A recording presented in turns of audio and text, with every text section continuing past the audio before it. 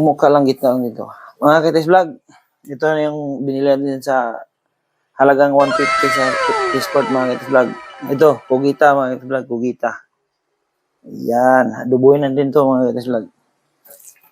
Meron, cut mo naman, ibang video. Morning mga Kites Vlog, ito naman, halagang 400 mga Kites Vlog, 2 kilo, tag 200 ang kilo nito mga Kites Vlog. Ito, talakitok, banato. Ito yung isa, yung anong tawag dito? Anong isda to eh? Di ko alam kung anong tawag nito mga isda, mga Kites Vlog. Kayo na lang mag-comment kung anong isda yan. Ito, talakitok. Ito, banato sa amin to mga Kites Vlog. Ilak pag maliit pa. Ayan.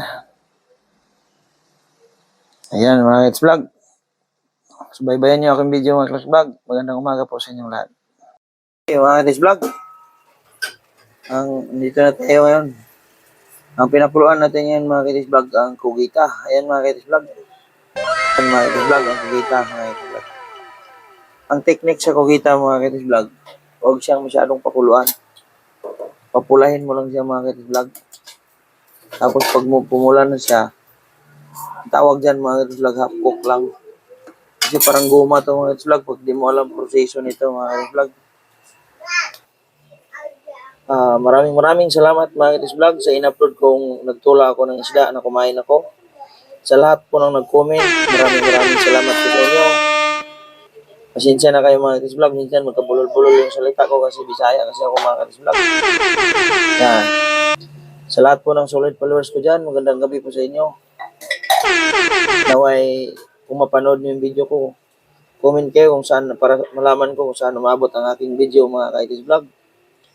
Naway makakain din ng inyong buong pamilya mga Kites Vlog. Sa inyong mga pamilyang naiwan sa probinsya. At sa aking magulang ngayon sa probinsya. Pa, shout out sa iyo dyan pa. Pinasok pa yung social media pa. Magbabaka sakali ako na saan tayo makahanap ng ito. Yung pang sabi nila sa Bisaya, yung pangitaon ni mo, ug-asa dapit ang kapalaran ni mo mga Kites Vlog. Yan. Ayan, panigurado mga Kites Vlog. Bungkag ang bahaw nito. Shout out kay sa akong kumpare Pitsay dyan, naka-duty ngayon. Dito lang sa Manila. Shout out kay Pare Erwin Giritan. Shout out kay Pare Sandro from Tondo, Manila. Shout out kay Ian Veneracion ng Pagadian. Sa lahat ng mga relatives ko sa Mindanao, sa Cagayan de Oro, Misamis Oriental. Lahat ng mga kababayan ko dyan, magandang hapon sa inyo. Ayan na, ito na ang tabugok o kugita. Panigurado, bungkag ang bahaw nito mga Kites Vlog. Okay, let's go mga Kites Vlog. Agoy, kalami.